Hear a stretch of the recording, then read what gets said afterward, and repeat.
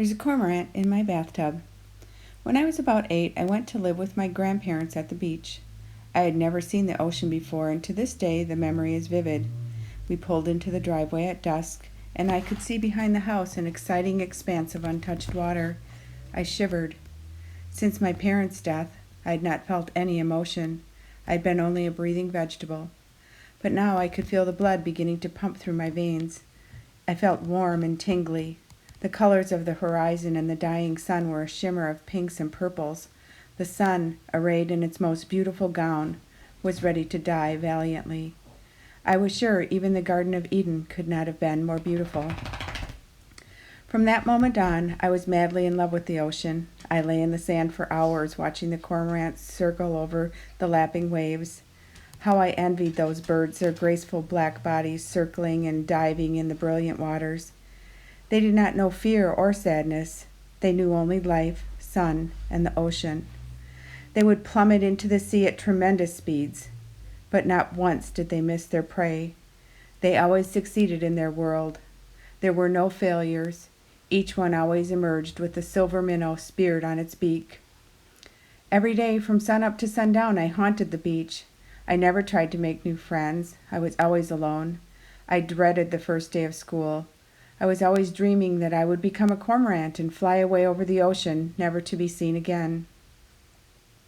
It was a Wednesday night when the tanker sank. The rain was falling in solid sheets, the wind blowing at nearly 50 knots. All the power lines were out. Even the glow of the lighthouse was not strong enough to pierce the storm. The captain of the tanker lost his course and ran aground on Lookout Point. The side of the tanker split on the rocks, spilling hundreds of thousands of gallons of oil into the raging sea. The next day, the ocean was calm, but the waves that lapped against the beach were tainted. Riding on the waves were the black remains of the oil tanker's cargo. I watched in horror as helpless seabirds struggled to stay afloat, flapping their wings in frenzied splashes as they tried desperately to free themselves from the clinging oil. Tears streamed down my cheeks as I dashed into the ocean and gathered up as many birds as I could capture. I returned to the house and filled the bathtub with clean, fresh water. Then I pried open as many beaks as I could. I watched helplessly as the birds surrendered to the clinging grease that clogged their nostrils and held fast their beaks.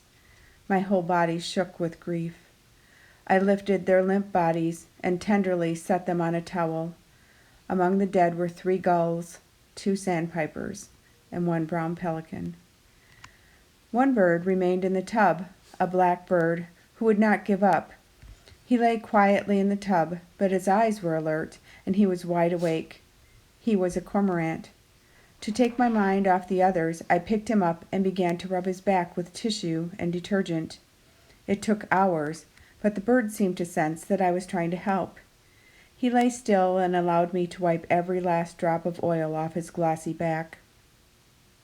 When I placed him back in the tub, he drank deeply, enjoying the strange, sweet taste of fresh water for the first time.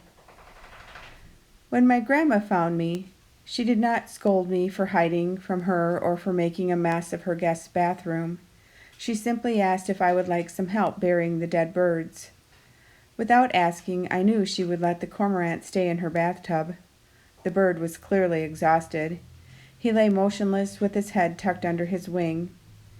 As we buried the 6 birds, I wondered what would happen to the 7th. For a week, my grandparents forbade me to visit the beach. I knew that the oil was still thick and that the white sands would never be quite as pure. We had numerous wildlife representatives visit our beach and collect water samples and gather up dead fish and birds. They would often stop and look in on my bird, but they never tried to take him away. I fed him sardines and tuna fish. He ate greedily and slowly became stronger. Sadly, I realized that my new friend would need to leave me. A few kids in my neighborhood stopped by to see the bird. Grandma encouraged them to stay for tea, and I was surprised at how much fun we had. The more time I spent with the neighborhood kids, the more I looked forward to the opening of school. The water was regaining its purity, and soon it would be safe to let my bird go. He would once again be searching the sea for a school of minnows instead of splashing about in our bathtub. Still, I did not like to think about losing him. 2 weeks after the storm, school started. I was excited by my new classes and new friends. I was spending very little time on the beach. Instead, I'd been playing baseball in the lot behind our house. I felt needed and wanted for the first time since my parents' death. The blackbird in my bathtub needed me, and my friends wanted me to play third base and share adventures with them. On the third day of school, I returned home to find the bird gone. The door was shut tight, but the window was open, and the curtain was blowing in the breeze.